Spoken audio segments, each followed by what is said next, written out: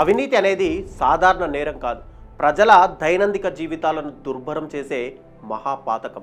ఆనందకరమైన, ఆరోగ్యకరమైన జీవనానికి అవసరమైన వనరులు, అవకాశాలు, న్యాయం వంటి వాటిని సామాన్య జనానికి అందుబాటులో లేకుండా చేసే దుష్టశక్తి.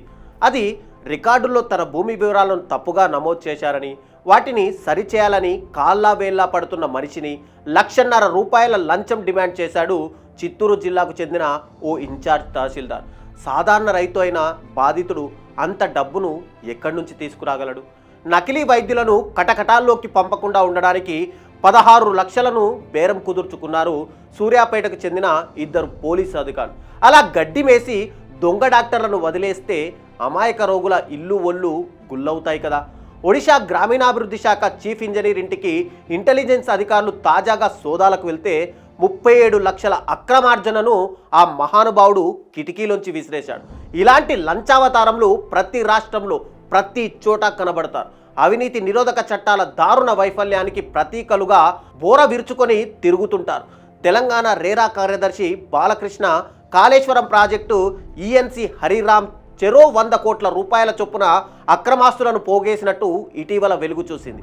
తిరుపతి జిల్లాలో ఓ మామూలు పంచాయతీ కార్యదర్శి 30 కోట్ల ఆస్తిపాసులను కూడబెట్టినప్పుడు అధికార దురంతలో పైన ఉన్నవారు ఇంకెంతగా దాచుకుంటున్నారో ఎవరికి తెలుసు.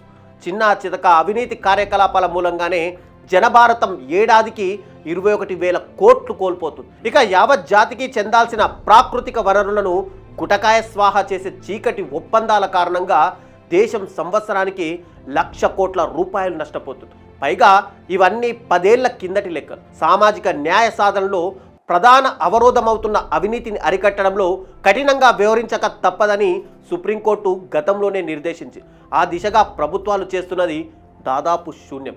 అన్ని రకాల అక్రమాలకు తల్లివేరుగా రాజకీయ అవినీతి వర్ధిల్లుతుండడమే దీనికి ప్రధాన కారణం. 2019 లోక్సభ ఎన్నికల్లో దేశవ్యాప్తంగా అన్ని రాజకీయ పార్టీల అభ్యర్థుల మొత్తం ఖర్చు 50,000 కోట్లని అంచనా. 2004లో అంతకు రెట్టింపు మొత్తంలో వెచ్చించారు. ఇక కాంట్రాక్టులు, ఇతరాల రూపంలో లబ్ధి పొందాలనుకునే వారే నేతలకు డబ్బు సమకూరుస్తుంటారని మాజీ కేంద్ర కేబినెట్ కార్యదర్శి పద్మభూషణ్ బీకే చతుర్వేది మొన్న వద్దెప్పుడో ఆయన కూడా విశ్లేషించారు. రాజకీయ నాయకులు, ప్రైవేట్ వ్యక్తులు కలిసి చేసే దోపిడీలో నాకిది నీకిది పద్ధతిలో ప్రభుత్వ యంత్రాంగం కూడా చేతులు కలుపుతుంది.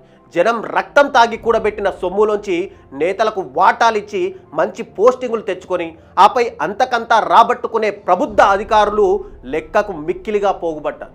ఈ అవినీతి వలయాలను ఛేదించాలంటే ఆర్థిక నేరగాళ్లు నాయకులుగా చెలామణి అయ్యే దౌర్భాగ్య వాతావరణాన్ని చెదరగొట్టాలి. వేగవంతమైన విచారణలతో నేర చరిత నేతలను ముసుగులు తొలగించాలి. అందుకు బలమైన, స్థిరమైన రాజకీయ సంకల్పం అత్యవసరం. పాలకుల చేతుల్లో అది ప్రతిఫలించినప్పుడే జన జీవితాల్లో అభివృద్ధిని కబలిస్తున్న అవినీతి రక్కసిని తుదముట్టించడం సాధ్యపడుతుంది.